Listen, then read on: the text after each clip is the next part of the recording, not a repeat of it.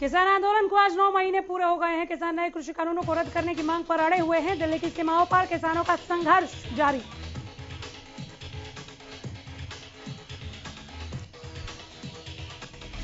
हरियाणा सरकार 1 सितंबर से चौथी और पांचवी की कक्षाएं खोलने जा रही है। इसके लिए सभी तैयारियां पूरी कर ली गई हैं।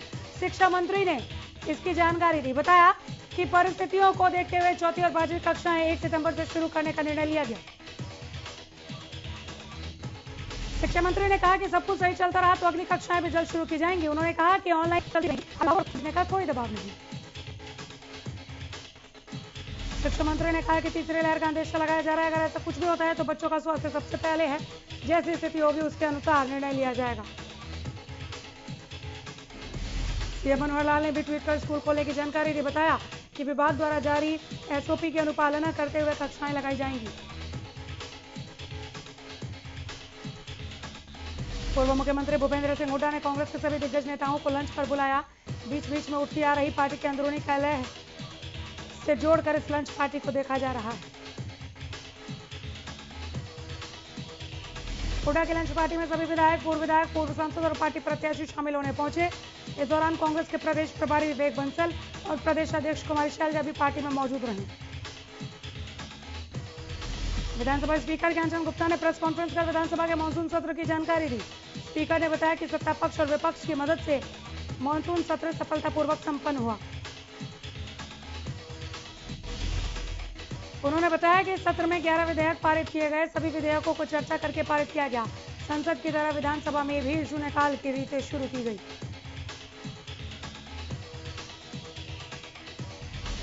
उन्होंने बताया कि सत्र में 44 कॉल अटेंशन मोशन मिले, जिसमें से 6 पर चर्चा की गई। हर दिन 2 कॉल अटेंशन मोशन पर चर्चा की गई। अभी तक रोज सिर्फ एक ही कॉल अटेंशन मोशन पर चर्चा की जाती थी। प्रदेश में 24 घंटों में 15 नए मामले सामने आए। यमुनानगर, कैथल और पलवल से 2-2 नए मामलों की पुष्टि हुई। 24 घंटों में एक मरीज ने अपनी जान गंवाई। जापान के टोक्यो में मंगलवार को पैरालंपिक 2020 का आगाज हुआ। पैरालंपिक के उद्घाटन समारोह में रेवाड़ी जिला बावल निवासी पैरालंपिक खिलाड़ी टेकचंद ने भारतीय दल का नेतृत्व किया। पैरालंपिक खिलाड़ियों को हरियाणा के मुख्यमंत्री मनोहर लाल और सहकारिता मंत्री डॉक्टर बनवारी लाल ने अच्छे प्रदर्शन के लिए शुभकामनाएं दी। सहकारिता मंत्री ने कहा कि पैरालंपिक में भाग ले रहे सभी भारतीय खिलाड़ी अच्छा प्रदर्शन करें। पैरालंपिक 2020 में भारत के 54 खिलाड़ी देश का प्रतिनिधित्व कर रहे हैं। 19 खिलाड़ी हरियाणा से। हरियाणा खेल विभाग ने पहली बार खेलो हरियाणा नाम से खेल शुरू करवाए हैं। ये खेल आने वाले खेलो इंडिया से पहले कराए जा रहे हैं। इनमें 4 खेलों का आयोजन किया जा रहा है, जिसमें जिम्नास्टिक, बैडमिंटन, खो खो और जूडो शामिल है। खेलों की ये प्रतियोगिताएं 27 से 29 अगस्त तक चलेंगी, जिसे लेकर खेल विभाग तैयारियों में जुट गया। अम्बाला स्पोर्ट्स की डिप्टी डायरेक्टर कविता देवी ने प्रतियोगिताओं के तहत की जाने वाली व्यवस्थाओं के बारे में जानकारी देते हुए कहा कि इन प्रतियोगिताओं के तहत उन खेलों को जीवित किया जाएगा जो धीरे धीरे छिपते जा रहे हैं। उन्होंने बताया कि खेलो हरियाणा के तहत जिले में 2 प्रतियोगिताएं आयोजित होंगी। उनमें लगभग 1342 खिलाड़ी भाग लेंगे। साथ ही इस दौरान कोविड नियमों का पूरा पालन किया जाएगा। पैरालंपिक में 32 साल के रामपाल के चयन से पूरे झज्जर में खुशी का माहौल है। जब रामपाल 4 साल के थे तभी कृषि संयंत्र से उनका एक हाथ का हिस्सा कट गया था, लेकिन रामपाल ने कभी हार नहीं मानी।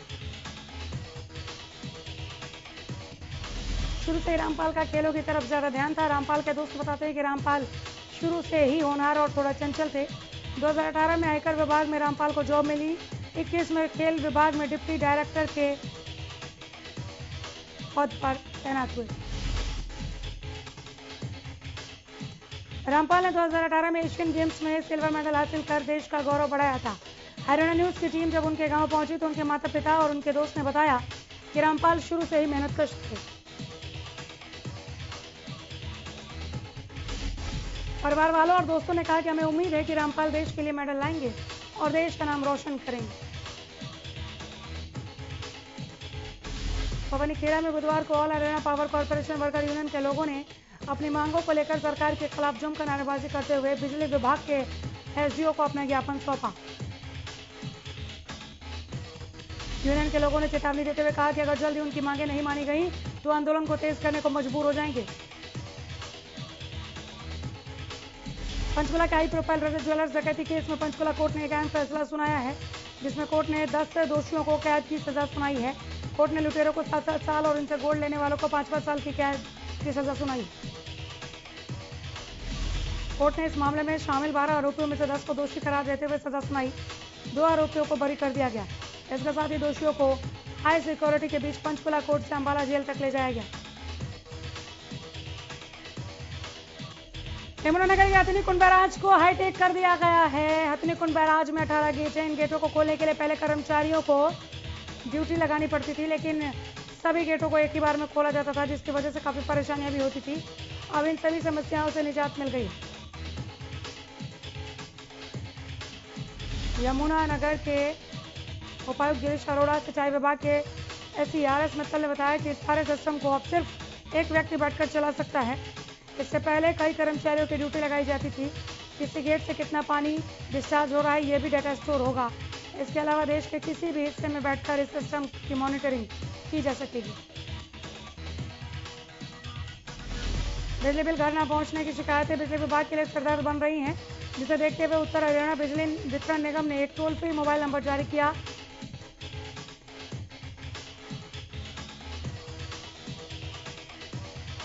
गोलचकिका के फिरोजपुर गांव में पानी की पाइपलाइन में हेराफेरी का मामला सामने आया है।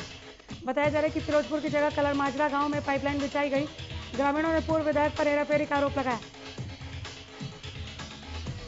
पिछला के गांव सोतई का ग्राम सचिवालय नशकड़ियों का अड्डा बनता जा रहा है। सचिवालय में चारों तरफ गंदगी का अंबार है। ग्रामीणों ने ग्राम पंचायत पर इसकी अनदेखी का आरोप लगाया। उकलाना में जेई को सस्पेंड करने के मामले में बिजली कर्मियों ने मोर्चा खोल दिया। कर्मचारी कह रहे हैं कि जेई को बिना किसी वजह के सस्पेंड कर दिया गया। बल्लभगढ़ के मेन बाजार में पुलिस ने दुकानों पर काम करने वाले कर्मचारियों का वेरिफिकेशन करना शुरू कर दिया है। चौकी इंचार्ज ने बताया कि खुद भी दुकानों पर जाकर वहां काम करने वाले लोगों से जानकारी हासिल कर रहे हैं। साथ ही उन्हें पुलिस चौकी में अपनी एक ID जमा करने के लिए भी कहा गया। चौकी इंचार्ज का कहना है कि जिस तरह से बाजारों में दुकानों पर काम करने वाले लोगों द्वारा घटनाएं हुई हैं, उसी को ध्यान में रखते हुए दुकान पर काम करने वाले लोगों का रिकॉर्ड रखा जा रहा है। पुलिस कह रही है कि इससे दुकानों पर काम करने वाले लोगों के बैकग्राउंड की जानकारी मिलेगी। यही नहीं, कॉलोनियों में रहने वाले किराएदारों का भी वेरिफिकेशन किया जा रहा है।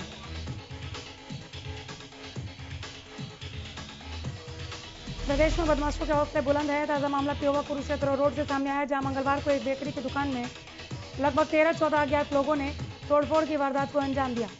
तोड़फोड़ की सारी घटना CCTV में कैद हो गई। घटना की सूचना मिलने के बाद पुलिस मौके पर पहुंची और घटना का जायजा लिया। पुलिस का कहना है कि अज्ञात लोगों के खिलाफ मामला दर्ज कर लिया है। जल्द ही आरोपियों को गिरफ्तार करेंगे। कैथल के गांव टटियाना के पास टोल पर एक किसान ने अपने कपड़ों पर मिट्टी तेल छिड़क कर आग लगा ली। इस दौरान धरना स्थल पर अफरा तफरी मच गई।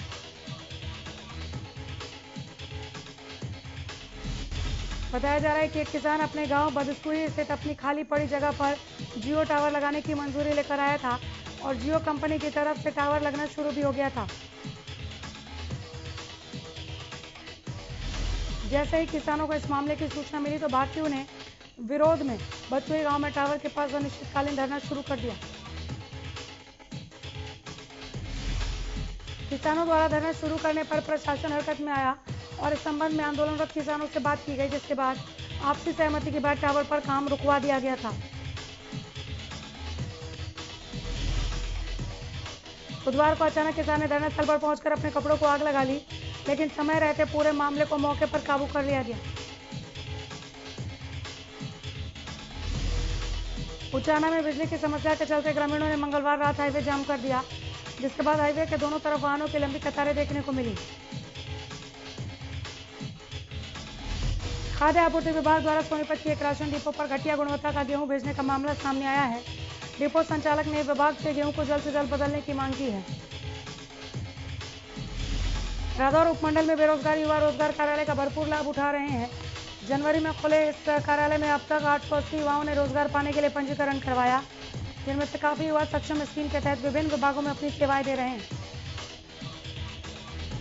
रोजगार कार्यालय के सहायक राजकरण सैनी ने बताया कि युवाओं को रोजगार दिलाने के लिए विभाग द्वारा समय समय पर रोजगार मेले का आयोजन कराया जाता है। बल्लभगढ़ में पंचायत विभाग के अधिकारियों ने प्रहलादपुर माजरा डींग गांव में जमीन के पट्टे छोड़े। इस दौरान भारी पुलिस बल मौजूद रहा। दूसरी तरफ ग्रामीणों ने लंबे समय से इस मामले में पट्टे न छोड़ने के लिए अधिकारियों और चौकीदार पर गंभीर आरोप लगाए। ग्रामीणों का कहना है कि पट्टे न छोड़े जाने की वजह से सरकार को भी काफी नुकसान हो रहा था, लेकिन अब पट्टे छोड़े जाने से ग्रामीण खुश। ग्रामीणों ने सरकार से मांग की है कि ऐसे अधिकारी जो सरकार को नुकसान पहुंचा रहे हैं उनकी जांच होनी चाहिए। हरियाणा रोडवेज के बेड़े में जल्द 809 नई बसें शामिल हो सकती हैं। गोना पहुंचे परिवहन कर्मचारी संघ के प्रदेश अध्यक्ष अशोक ने जानकारी देते हुए कहा कि इस मामले में उनकी यूनियन नेताओं के प्रतिनिधि मंडल के साथ मीटिंग हुई थी। उन्होंने बताया कि मीटिंग में अधिकारियों ने जल्द ही रोडवेज बेड़े में नई बसें शामिल होने का भरोसा दिलाया और किलोमीटर स्कीम के तहत नई बसें चलाने का आश्वासन दिया है।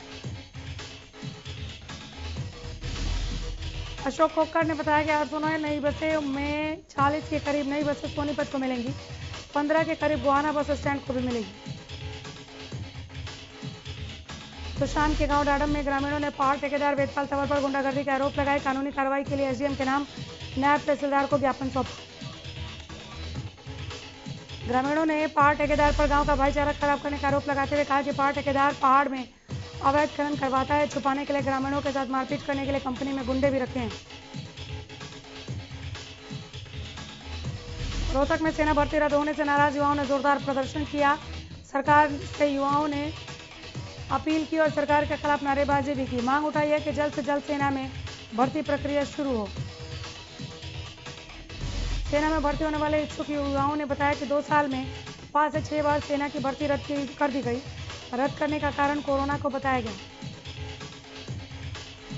सेना में भर्ती की चाहत रखने वाले युवाओं ने बताया कि 2019 में सेना की भर्ती हुई थी, लेकिन 2 साल से सेना के लिए कोई नई भर्ती नहीं हुई। रोहतक में सेना की भर्ती होनी थी, उसे कोरोना का बहाना लेकर रद्द किया जा रहा है।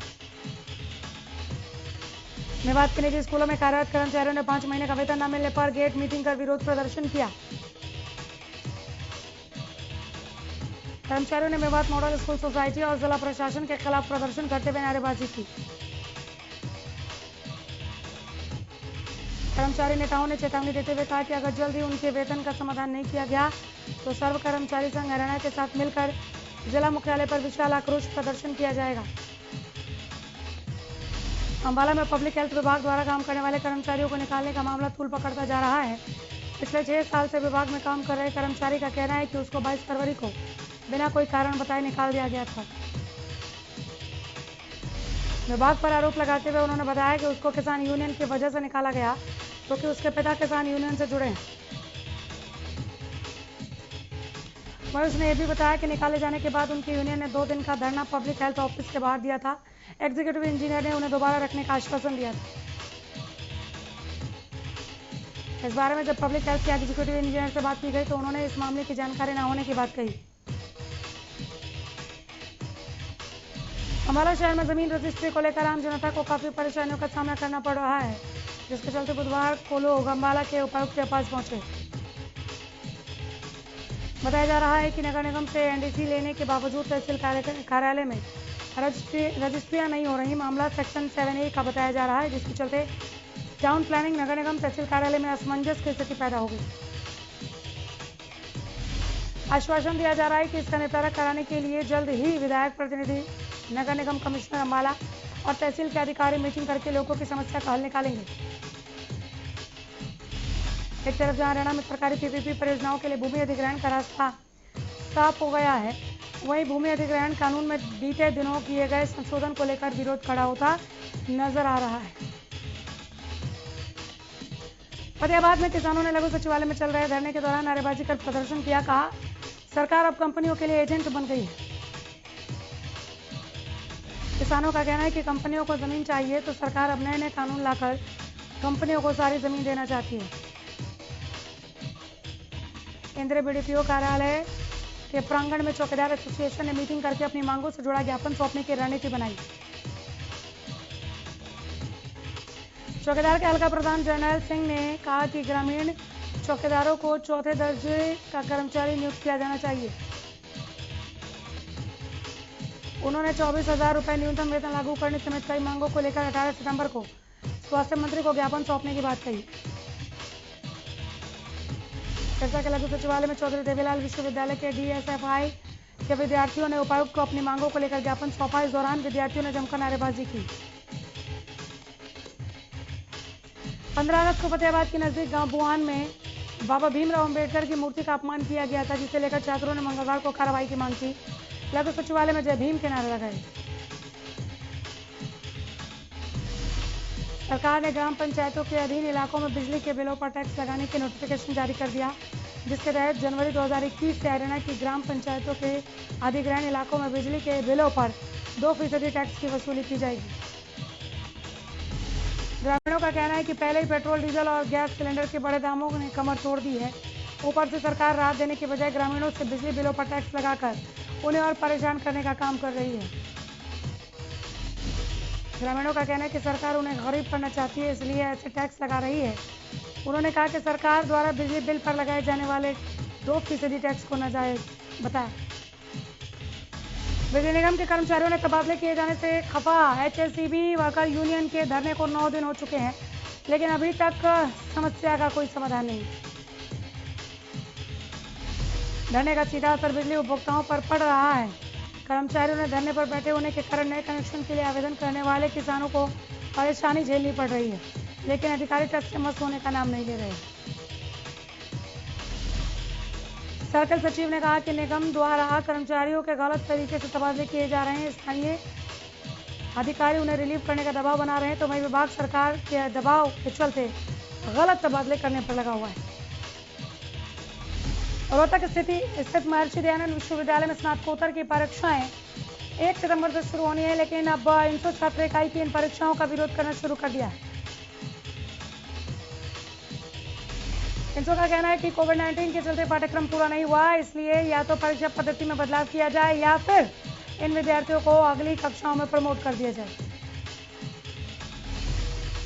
इसी मांग को लेकर इनके इंसो सदस्यों ने वाइस चांसलर कार्यालय के बाहर जमकर प्रदर्शन किया, नारेबाजी की। यही नहीं, वाइस चांसलर कार्यालय की परिधि में घुसकर हंगामा भी किया।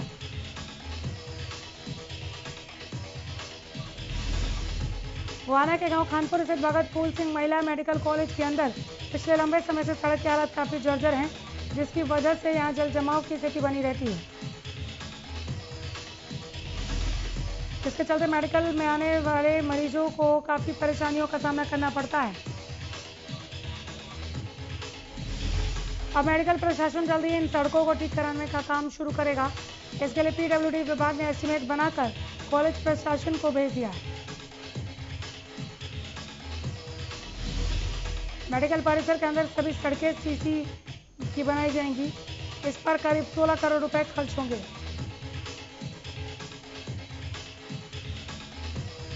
सिरसा के अरोड़वंश चौक के पास मंडी में एक दुकान से 21 अगस्त को 2.5 लाख रुपए की लूट हुई थी। इस लूट की घटना को CIA पुलिस ने 72 घंटे में ही सुलझाते हुए बड़ी कामयाबी हासिल की। पुलिस ने मामले में 4 आरोपियों को अरेस्ट किया है। यहां तक कि पुलिस ने आरोपियों से वारदात में इस्तेमाल की गई पिस्टल बरामद की।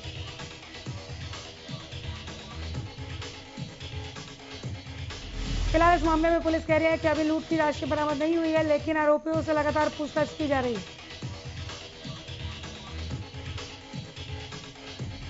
हरियाणा के मुख्यमंत्री मनोहर लाल के निर्देशानुसार हरियाणा में आंगनबाड़ी केंद्रों को प्ले स्कूल में क्रियान्वित करने का फैसला लिया गया।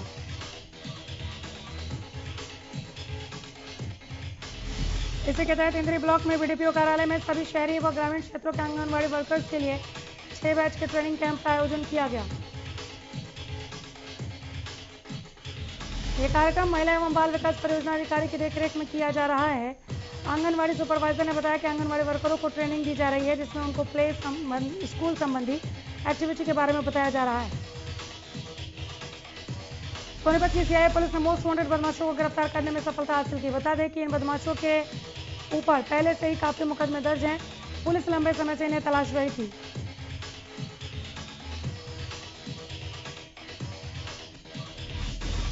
सिरसा के जिला उपायुक्त तनिष यादव ने मंगलवार को सिरसा की नगर परिषद का निरीक्षण करते हुए उपायुक्त के आने की सूचना मिलने के बाद प्रॉपर्टी डीलर से उनके मिलने पहुंचे। इस दौरान प्रॉपर्टी डीलरों ने उपायुक्त को नगर परिषद के कार्यों में हो रही ढिलाई को लेकर शिकायत की, जिसके बाद उपायुक्त ने नगर परिषद के अधिकारियों और कर्मचारियों को तेजी से काम करने के निर्देश दिए। बादली के दरियापुर में हुए मर्डर केस में पुलिस को एक सीसीटीवी फुटेज मिला है। थाना प्रभारी ने फुटेज जारी करते हुए आम जनता से अपील की है कि आरोपी की पहचान करके पुलिस को उसकी सूचना दें।